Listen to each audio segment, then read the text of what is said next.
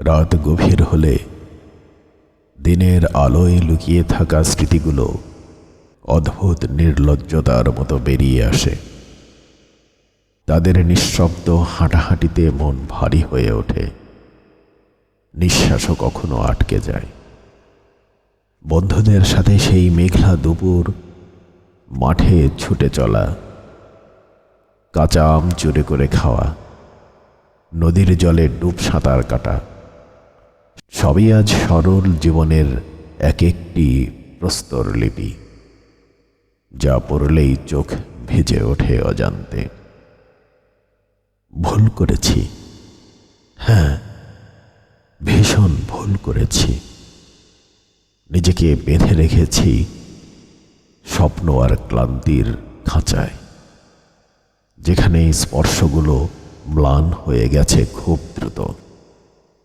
আজ যদি একবারই ফিরে পাওয়া যেত, দরজা খুলে যদি ভোরের মতো একটি দিন পাওয়া যেত, হয়তো দুমুঠো কথা বলতাম, হয়তো জড়িয়ে ধরে বলতাম, থাকো, আর দূরে যেও না।